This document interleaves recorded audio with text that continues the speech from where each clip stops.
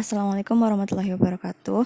Teman-teman, video ini merupakan video lanjutan dari pembahasan kita yang kemarin mengenai perbedaan nomor atom dan nomor massa. Nah, kali ini kita akan membahas tentang bagaimana caranya menentukan jumlah partikel-partikel penyusun atom, yaitu elektron, proton, dan neutron yang terdapat dalam suatu atom bermuatan. Nah, apa sih atom bermuatan itu?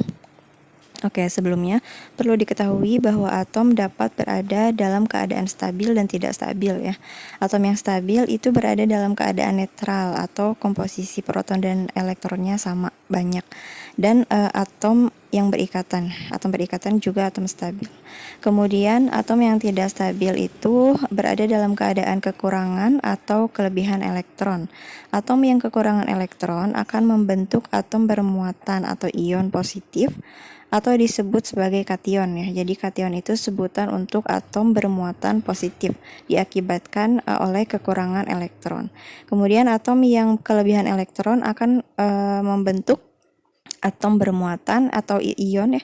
Atom bermuatan negatif atau disebut dengan anion. Jadi ada kation dan anion. Nah, pembentukan ion ini akan berpengaruh terhadap jumlah elektron ya. Kenapa berpengaruh terhadap jumlah elektron? Karena pada dasarnya elektron memiliki sifat dapat dikeluarkan dan dapat ditarik ya. Artinya dia adalah suatu partikel yang dapat berpindah-pindah gitu. Jadi dia bisa keluar dari atom dan bisa masuk ke orbital-orbital elektron yang ada pada atom gitu. Jadi karena sifatnya yang mudah berpindah, nah hal ini juga akan menyebabkan terbentuknya suatu muatan yang disebabkan oleh perpindahan elektron tadi gitu. Jadi ini hanya akan berpengaruh pada jumlah elektron.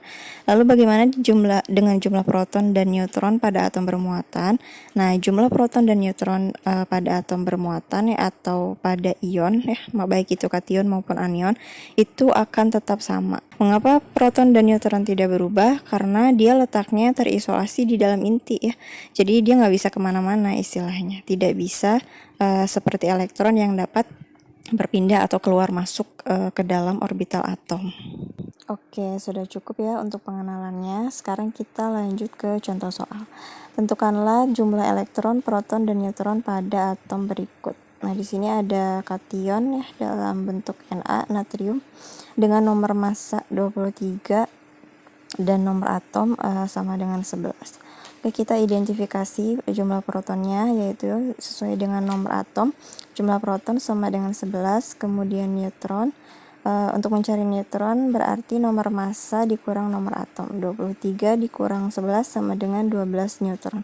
Nah, kemudian untuk elektronnya di sini adalah kation ya.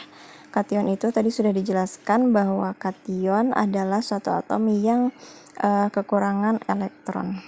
Nah, jadi apabila dalam keadaan netral jumlah elektron akan sama dengan proton, berarti di sini dalam keadaan kekurangan elektron, dia dikurangi jumlah elektronnya sebanyak 1, ditandai dengan 1 muatan plus di atas lambang Na. Begitu ya. Jadi 11 dikurangi 1 sama dengan 10 elektron.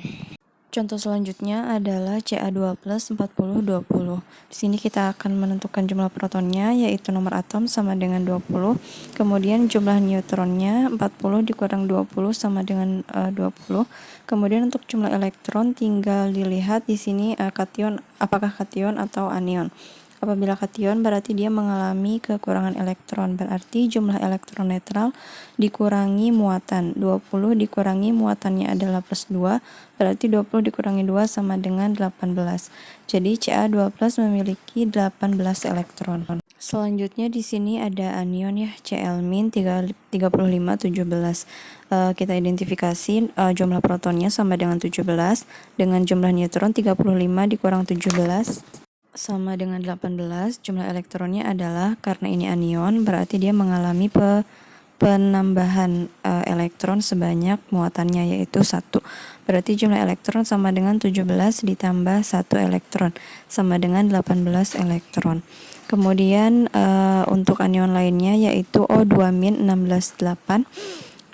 Jumlah protonnya sama dengan 8, neutronnya 16 dikurang 8 sama dengan 8.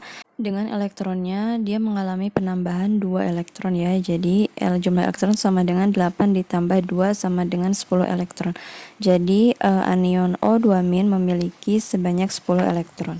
Jadi, pada kesimpulannya adalah atom dapat berada dalam keadaan tidak stabil dengan melepaskan atau menarik elektron.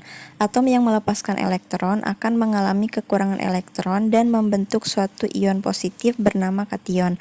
Atom yang menarik elektron akan mengalami peningkatan jumlah elektron dan membentuk suatu ion negatif, yaitu anion. Jumlah proton dan neutron dalam setiap atom, baik itu atom netral maupun atom bermuatan, akan tetap sama. Sedangkan jumlah elektron pada atom bermuatan akan berbeda tergantung dengan jenis kation atau anionnya dan besar muatannya. Terima kasih telah menonton video ini. Semoga paham dengan pembahasan kakak. Dan seperti biasa, apabila ada yang ingin ditanyakan, silakan DM ke Instagram yang tertera di layar. Terima kasih, sampai jumpa.